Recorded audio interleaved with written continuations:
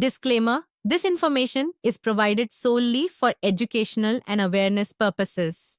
We do not encourage any form of online gaming, betting, or gambling. Users are advised to spend their hard earned money wisely and remain cautious while investing in online platforms. This information is not intended to promote or defame any platform. Online gaming platforms जैसे dream 11, माई 11 circle और ludo fantasy आधारित games के रूप में सामने आते हैं। इनके काम करने का तरीके के बारे में आज चर्चा करेंगे। कैसे काम करता है प्लेटफॉर्म? ये प्लेटफॉर्म्स आपको वर्चुअल टीमें बनाने की अनुमति देते हैं। उपयोगकर्ता वास्तविक खिलाड़ियों का चयन करके अपनी टीम बनाते हैं। टीम का प्रदर्शन वास्तविक खेल में खिलाड़ियों की परफॉर्मेंस पर आधारित होता है। गेम में जीतने वाले का निर्धारण उनकी टीम द्वारा अर्जित अंकों के आधार पर होता है। कौशल आधारित गेम्स, इनमें आप अपने कौशल जैसे लूडो खेलने की रणनीति का उपयोग करके जीतने का दावा कर सकते हैं। यह प्लेटफॉर्म ऐसे गेम को गैम्बलिंग नहीं बल्कि स्किल गेम कहकर प्रचारित करते हैं। ये पैसा कैसे कमाते हैं? प्रत्येक गेम या प्रतियोगिता में हिस्सा लेने के लिए प्लेटफॉर्म के द्वारा आपसे एंट्री फीस ली जाती है। उदाहरण के लिए, यदि 1000 लोग किसी प्रतियोगिता में 50 रुपये की एंट्री फीस देकर शामिल होते हैं, तो कुल पैसा 50,000 रुपये होगा। इस राशि का एक बड़ा हिस्सा, लगभग 20 से 30% प्लेटफॉर्म अपने पास रखता है। बचे हुए 70 से 80% पैसों को जीतने वालों में बांटा जाता है। उदाहरण के लिए, 50,000 में से प्लेटफॉर्म 15,000 अपने पास रखेगा और 35,000 जीतने वालों को देगा।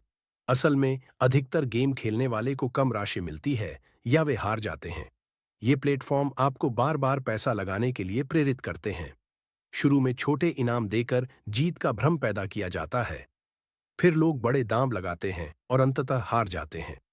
कैसे ले रहे हैं हमारी मेहनत की कमाई? जीतने वाले की संख्या बहुत कम होती है। अधिकतर उपयोगकर्ता अपनी एंट्री फीस गंवा देते हैं।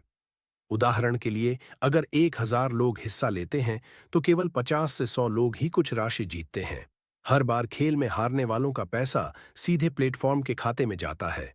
यही कारण है कि ये कंपनियां करोड़ों का मुनाफा कमा रही हैं।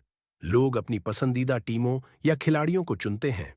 यह चयन अक्सर तर्क के बजाय भावनाओं पर आधारित होता है, जिससे हार की संभावना बढ़ जाती है।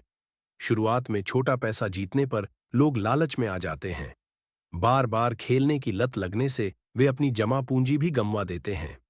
मान लीजिए आप ड्रीम 11 पर 100 रुपये देकर एक टीम बनाते हैं। कुल 10 लाख लोग उस प्रतियोगिता में हिस्सा लेते हैं, तो कुल राशि 10 करोड़ हो जाता है। मान लेते हैं कि प्लेटफॉर्म 20% कमीशन लेता है, मतलब कि लगभग 2 करोड़। बचे हुए 8 करोड़ जीतने वालों में बांटे जाते हैं। केवल शीर्ष कुछ लोगों को इनाम मिलेगा। बचे हुए 9,90,000 लोग अपनी एंट्री फीस 100 रुपये हार जाएंगे। यानी प्लेटफॉर्म ने 2 करोड़ का मुनाफा किया और लाखों लोगों ने अपना पैसा गंवा दिया।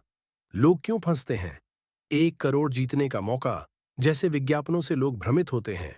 बड़े क्रिकेटर्स या सेलिब्रिटीज को ब्रांड एम्बेसडर बनाया जाता है, जिससे भरोसा बढ़ता है।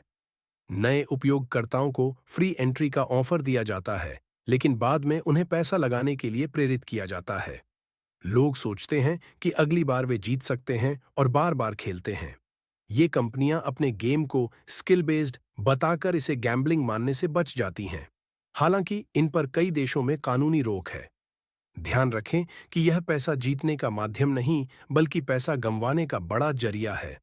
मेरी सलाह यह है कि सीमित समय और पैसे तक ही खेलें। यदि हार रहे हैं तो और पैसा लगाने से बचें। भावनाओं और लालच के बजाय तर्क से काम लें। निष्कर्ष यह निकलता है कि इस तरह के सभी प्लेटफॉर्म आपकी मेहनत की कमाई को लत और लालच का फायदा उठाकर आपसे ले लेते हैं। ये गेम दिखने में कौशल आधारित लगते हैं, लेकिन अंततः ज्यादातर उपयोगकर्ता हारते हैं। सोच समझकर और सीमित तरीके से ही इनका उपयोग करें।